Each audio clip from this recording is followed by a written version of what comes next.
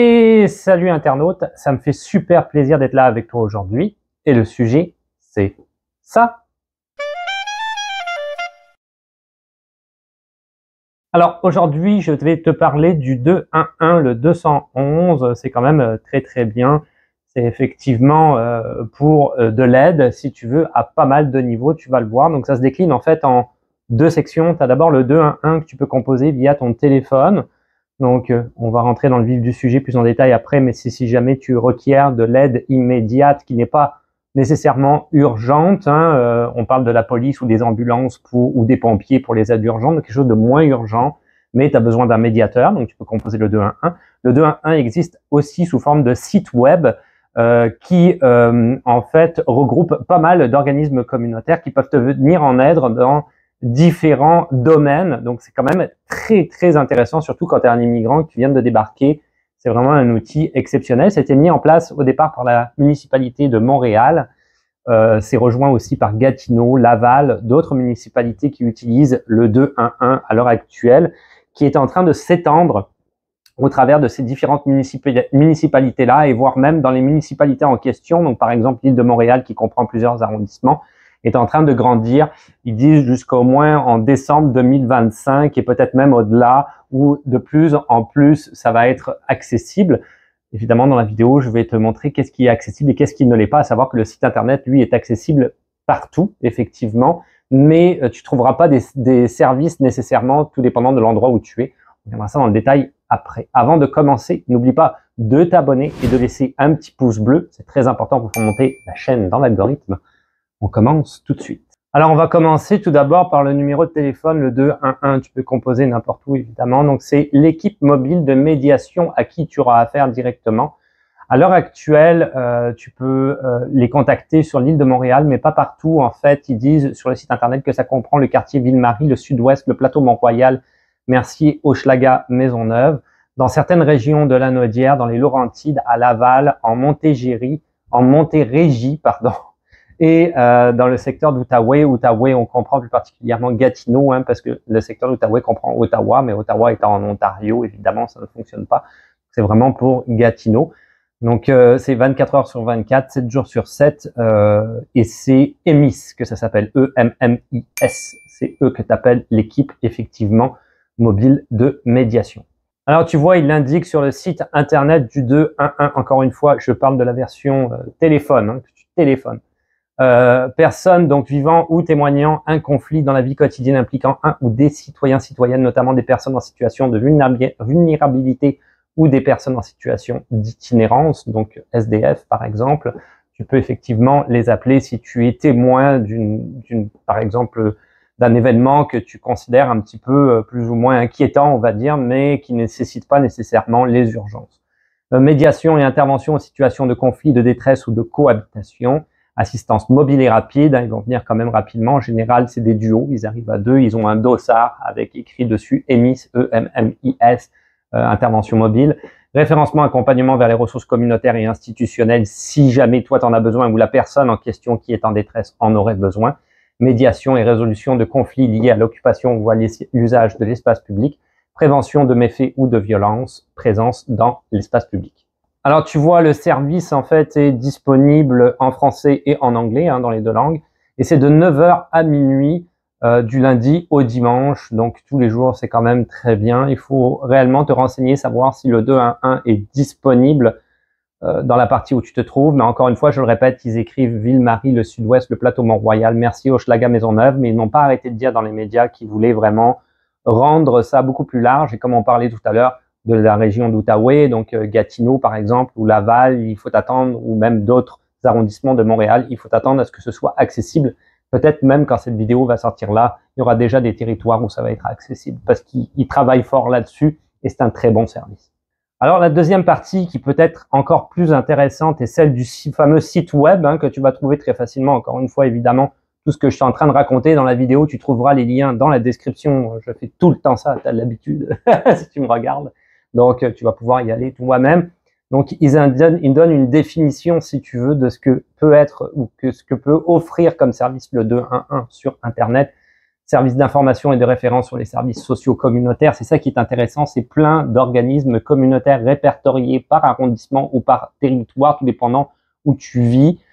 Tu vas voir après, tu peux mettre directement en fait ton numéro de code postal et ça va t'indiquer s'il y a des organismes proches de chez toi. Donc c'est très bien, tu vas vraiment avoir accès à beaucoup de choses, que ce soit en matière de logement, en matière d'éducation, en matière de santé mentale, etc., etc. Donc aide multilingue, gratuit, confidentiel, ça c'est important aussi, hein, l'anonymat. Des fois, tu peux peut-être téléphoner pour des sujets qui peuvent être un petit peu tabous. Si on parle par exemple de santé sexuelle, ce genre de choses-là, tu as un petit peu peur. Bref, j'ai pris cet exemple-là, mais tu vois bien où je veux en venir. Il y a des millions d'exemples qui existent comme ça va être confidentiel. Donc le site est bilingue, ils l'ont déjà dit. Tu peux avoir une recherche par nom d'organisme ou catégorie. Ça, je trouve ça très bien aussi. On va regarder ça ensemble, mais du coup, ça te permet de donner une meilleure idée de ce que tu peux chercher, si tu veux, sur ce site internet-là. Donc, très bon site. Alors ensuite, en dessous, il rappelle quand même des numéros qui sont très importants, auxquels moi j'en rajouterai un d'ailleurs. Donc, non, en fait, j'en rajouterai pas, j'ai dit n'importe quoi. Il est là. Donc, les 3 numéros vraiment importants, le 911. Alors, le 911, c'est vraiment ici, quand tu débarques au Canada, partout au Canada, c'est ça que tu vas composer. Tu vas avoir un dispatch qui va décider si il t'amène la police, les pompiers ou une ambulance. Donc, c'est toi, le dispatch, lui, il va définir, tu vois. Donc, c'est le 911. Je sais qu'il y a des pays où tu peux appeler les pompiers ou les policiers, c'est des numéros de téléphone différents. Ici, tu n'en as qu'un seul pour tout type d'urgence. 911. Le 811, un numéro vraiment important. Donc, je parle beaucoup sur les services du portail pour lesquels je suis un employé du portail. Donc, je travaille. Le 811, c'est Info Santé. Il existe aussi le site internet Info Santé. Très important, hein, si jamais tu as un problème, un souci médical ou quoi que ce soit, si tu composes le 811, c'est une infirmière qui va te répondre. Tu vas tout de suite pouvoir avoir peut-être quelques éclaircissements, surtout si tu fais de l'anxiété par rapport à ton état physique.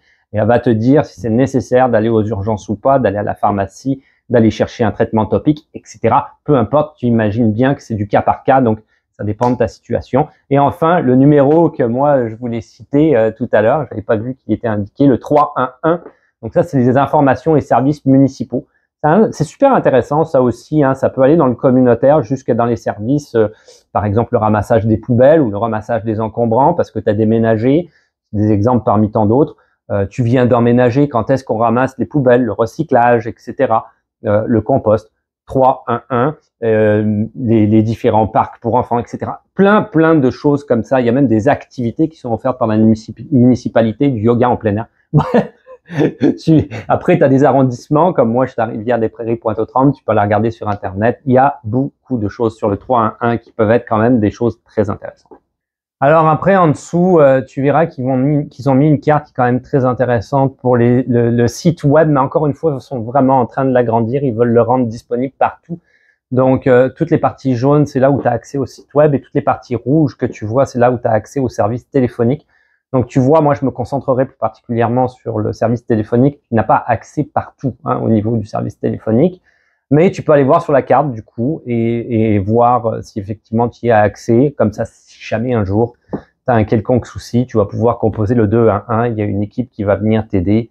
Si tu vois quelqu'un en situation de détresse, par exemple, ça peut être quand même très intéressant. Ensuite, quand on arrive en fait sur le site web au niveau des catégories, ce qui est quand même relativement intéressant, d'abord tu vas voir qu'il y a catégorie ou code postal, donc tu peux écrire effectivement un nom d'organisme que tu chercherais parce que tu le connais, ou le code postal où tu résides pour voir s'il y a des organismes, si tu veux, communautaires qui pourraient t'aider par rapport à ce que tu recherches. Là, tu vois que dans les catégories, il y a beaucoup de choses. Action communautaire est née, donc pour les plus vieux, alimentation.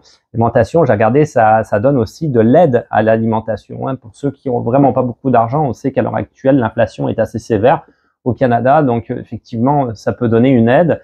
Les autochtones, éducation, alphabétisation, emploi, soutien aux revenus, très intéressant ça aussi. Enfants, jeunesse et famille. Tu vas avoir un sous-onglet sur les garderies, les haltes garderies. Donc après, c'est à toi de voir si c'est privé ou pas. Hein. Je sais qu'en ce moment, ça fait la une des journaux, les garderies subventionnées qui sont plus accessibles à des gens qui ont des permis de travail ouverts. Mais toi, tu regardes peut-être cette vidéo dans le futur et c'est passé cette actualité-là. Mais peu importe, tout dépendant où est-ce que tu en es par rapport à tes droits en tant qu'immigrant, tu peux quand même t'informer. peut-être même à une garderie privée, inscrire ton enfant une journée ou deux, par exemple, par semaine, ce qui coûtera un petit peu moins d'argent. Je sais qu'aussi là-dedans, il y a des activités qui sont faites en famille.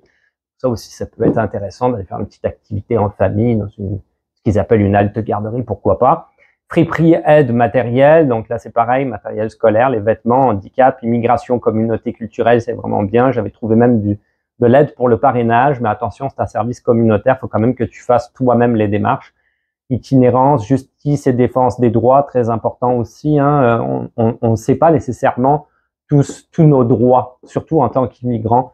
Donc, ça peut être intéressant quand même d'aller jeter un œil tout dépendant de ta situation. Le logement, alors là, carrément cool, surtout en ce moment avec les difficultés, il y a des organismes communautaires qui vont te venir en aide. Santé, santé mentale et dépendance. Santé, on a parlé du 8-1 tout à l'heure. Services gouvernementaux, encore une fois, assez intéressant. Sexe et genre. Sport, loisirs et culture, qui viendra peut-être en dernier, je te dirais, dans les problématiques que tu peux rencontrer. Mais si tu cherches, si tu veux, à avoir des activités communautaires de quartier, c'est là-dessus que tu vas cliquer et tu vas pouvoir du coup te faire une petite communauté de quartier, je te dirais, où vous partagez les mêmes loisirs. Transport, violence et maltraitance, ça c'est très important aussi. Si tu es dans une situation de violence ou de maltraitance, là, il faut sortir de là. Alors tu vois, pour te donner un exemple, j'ai cliqué sur éducation et alphabétisation. Donc tu vas trouver directement aide aux devoirs et tutorat, ce qui peut être très intéressant. De voir si quelqu'un peut t'aider pour les devoirs et tutorat, par exemple. Tutorat, ce sera plus pour l'université, mais si tu as des enfants qui sont au primaire, secondaire, tu es largué, ça peut arriver, tu as du mal, tu n'arrives pas à l'aider, bon ben là, tu vas pouvoir payer quelqu'un, peut-être pas nécessairement très cher, mais au moins tu vas avoir de l'aide. C'est souvent des étudiants qui font ça, donc c'est vraiment bien. Alphabétisation, hein, pour la francisation, c'est quand même très important, surtout si le français n'est pas ta langue maternelle. Mais il y a aussi de la francisation quand tu vas dans l'onglet immigration, j'y ai été, et francisation existe aussi. Donc tu peux en trouver également si tu veux des endroits où pratiquer ou aller suivre des cours en francisation. Centre de services scolaires, les différents centres de services scolaires, très importants pour pouvoir inscrire ton enfant à l'école. J'avais fait différentes vidéos sur le sujet, je te renvoie à ces vidéos-là naturellement, mais effectivement, il faut d'abord que tu aies une adresse et ensuite tu peux directement soit t'adresser à l'école de ton quartier ou au centre de service scolaire si effectivement les bureaux sont proches de chez toi. L'école de quartier, ça peut fonctionner aussi. Cours de langue, difficultés et troubles d'apprentissage. Hein, si tu as des enfants qui effectivement ont des problèmes, on parlait par exemple de TDAH, ou déficitaire de l'attention avec hyperactivité. Éducation populaire pour adultes, ça peut être intéressant. Formation professionnelle, cégep, université, très intéressant. Effectivement, si tu es étudiant, orientation scolaire et professionnelle, persévérance scolaire, regroupement et fédération, il y a quand même pas mal de choses qui sont listées. Alors, pour te donner un exemple, pour te montrer comment ça peut quand même être pratique, tu vois, j'ai été chercher en haut sans aucun code postal, j'ai juste écrit plateau, parce que le plateau c'est central, c'est là qu'il y a tous les Français et c'est là qu'il y a tous les services, bizarrement. Mais c'est surtout parce que le plateau est central, c'est essentiellement pour ça. Donc ça va te desservir si tu veux plusieurs arrondissements autour. Le fait qu'il y ait des Français soit juste une coïncidence entre autres. Donc tu vois, tout y est. Tu vas avoir action communautaire, aînés, alimentation. Les chiffres que tu as entre parenthèses, c'est le nombre d'organismes communautaires ou d'aides potentielles que tu peux obtenir dans ces domaines-là. Donc tu vois qu'il y a quand même pas mal de choses que tu peux obtenir tout dépendant où tu habites.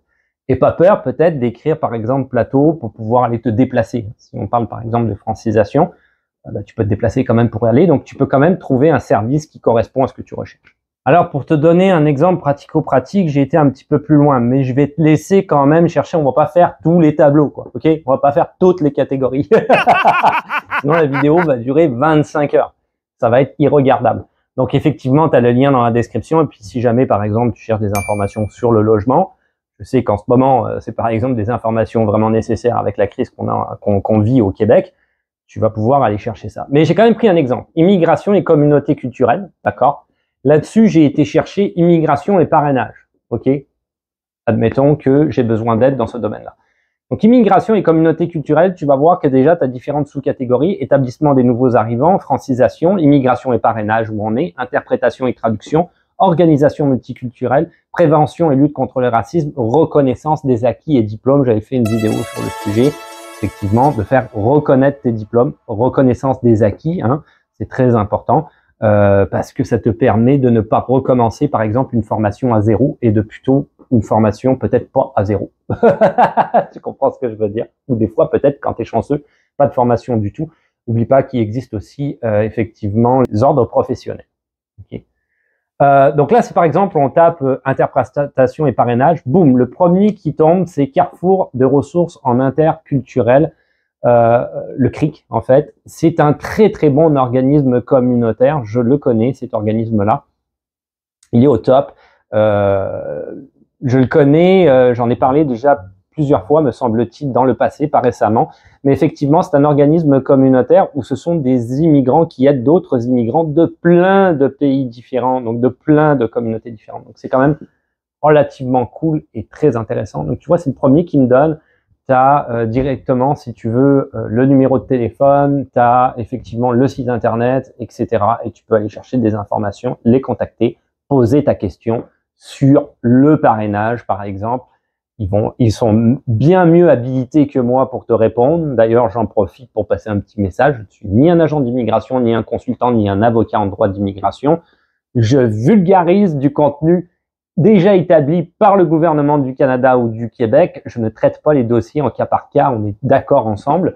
Mais eux, ils peuvent le faire parce qu'eux, ils ont accès à des consultants, ils ont accès à des avocats, une banque de consultants, une banque d'avocats.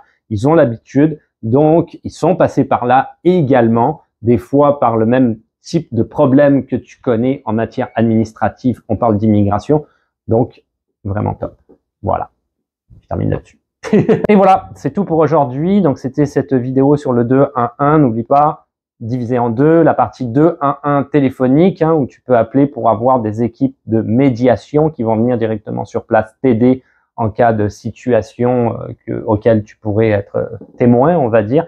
Et le 211, le site internet, qui regroupe plein d'organismes communautaires ou de différents services municipaux qui peuvent te venir également en aide dans plein de domaines différents, surtout quand tu es en situation d'immigration et que tu viens de débarquer. Ça peut être très intéressant. Donc, des ressources quand même assez en or, je te dirais. Ça va continuer à évoluer. Je le dis depuis le début de la vidéo, c'est censé se répandre un petit peu partout au Québec et peut-être même au Canada. En tout cas, c'est ce qu'il dit sur le site internet. Là-dessus, j'ai terminé ce que je voulais dire. Donc, n'oublie pas de me retrouver effectivement sur les réseaux sociaux qui comprennent TikTok, Instagram, Facebook, Twitch peut-être un jour. Je suis pas encore de retour, peut-être à la retraite, je sais pas. J'ai pas le temps. Évidemment, tu as ma chaîne YouTube qui comprend les shorts. Alors ça, c'est une, des fois peut-être même plusieurs vidéos au quotidien sur plein de sujets différents, mais toujours par rapport soit à la vie quotidienne pratique ou au Canada. Tu as les vendredis live, les rediffusions existent encore. Il n'y a eu qu'une seule saison. Donc la saison, c'était 2023-2024. Pas eu de saison cette année parce qu'effectivement, je suis pris par le temps. Mais les rediffs sont là. Évidemment, ma chaîne YouTube avec plein de playlists très intéressantes. N'oublie pas d'aller fouiller là-dessus. Il y a vie pratique et tuto, par exemple, plein de choses. Donc, tu as immigration, tu vas avoir l'actualité. Tu vas avoir beaucoup de choses, si tu veux, qui peuvent être très intéressantes en tant que nouvel immigrant ou tout simplement même déjà en vivant ici au Canada. Pourquoi pas? Ça peut aussi être très intéressant. Donc, pour terminer, n'oublie pas de t'abonner et de laisser un petit pouce bleu, super important pour que je gagne en visibilité naturellement. Plus on est de fous, plus on rit. Et je te dis à la revoyure. Ciao, bye.